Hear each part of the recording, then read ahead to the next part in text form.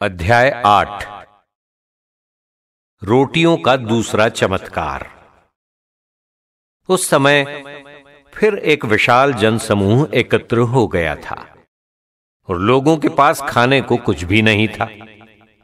ईसा ने अपने शिष्यों को अपने पास बुलाकर कहा, मुझे इन लोगों पर तरस आता है। ये 3 दिनों से मेरे साथ रह रहे हैं और इनके पास खाने को कुछ भी नहीं है। यदि मैं इन्हें भूखा ही घर भेजूं तो ये रास्ते में मूर्छित हो जाएंगे। इनमें कुछ लोग दूर से आए हैं। उनके शिष्यों ने उत्तर दिया, इस निर्जन स्थान में इन लोगों को खिलाने के लिए कहां से रोटियां मिलेंगी? ईसा ने उनसे पूछा, तुम्हारे पास कितनी रोटियां हैं? उन्होंने कहा, 7। ईसा ने लोगों को भूमि पर बैठ जाने का आदेश दिया और वे 7 रोटियां लेकर धन्यवाद की प्रार्थना पढ़ी और वे रोटियां तोड़ तोड़ कर शिष्यों को देते गए ताकि वे लोगों को परोसते जाएं। शिष्यों ने ऐसा ही किया। उनके पास कुछ छोटी मछलियां भी थीं। ईसा ने उन पर आशीष की प्रार्थना पढ़ी और उन्हें भी बांटने का आदेश दिया।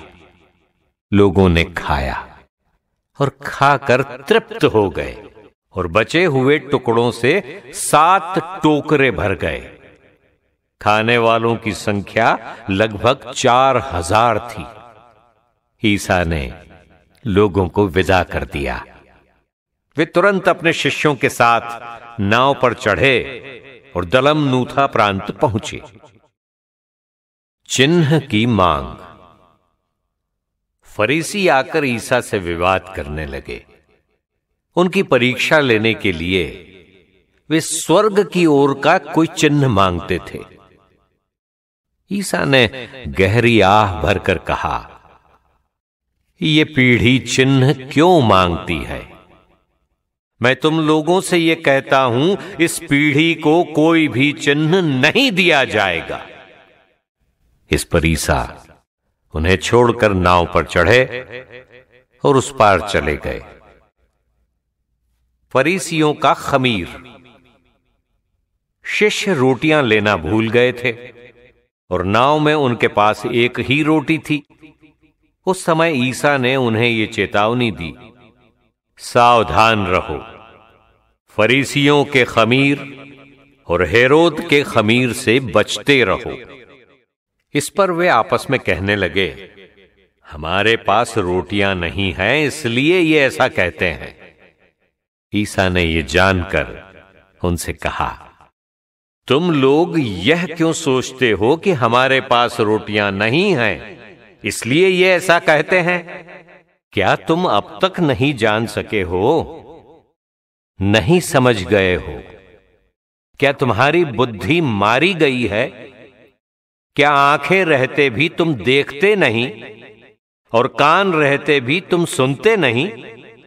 क्या तुम्हें याद नहीं है जब मैंने उन 5000 लोगों के लिए 5 रोटियां तोड़ी तो तुमने टुकड़ों के कितने टोकरे भरे थे? शिष्यों ने उत्तर दिया, 12। और जब मैंने 4000 लोगों के लिए 7 रोटियां तोड़ी तो तुमने टुकड़ों के कितने टोकरे भरे थे? उन्होंने उत्तर दिया, 7। इस पर ईसा ने उनसे कहा, क्या तुम लोग अब भी नहीं समझ सके? बेतसाइदा का अंधा।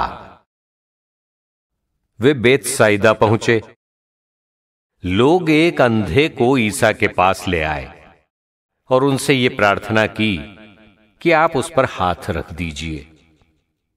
वे अंधे का हाथ पकड़कर उसे गांव के बाहर ले गए।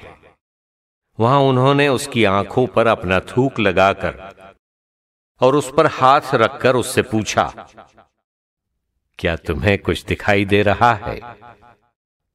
अंधा कुछ कुछ देखने लगा था, इसलिए उसने उत्तर दिया, मैं लोगों को देखता हूं, वे पेड़ों जैसे लगते लेकिन चलते हैं।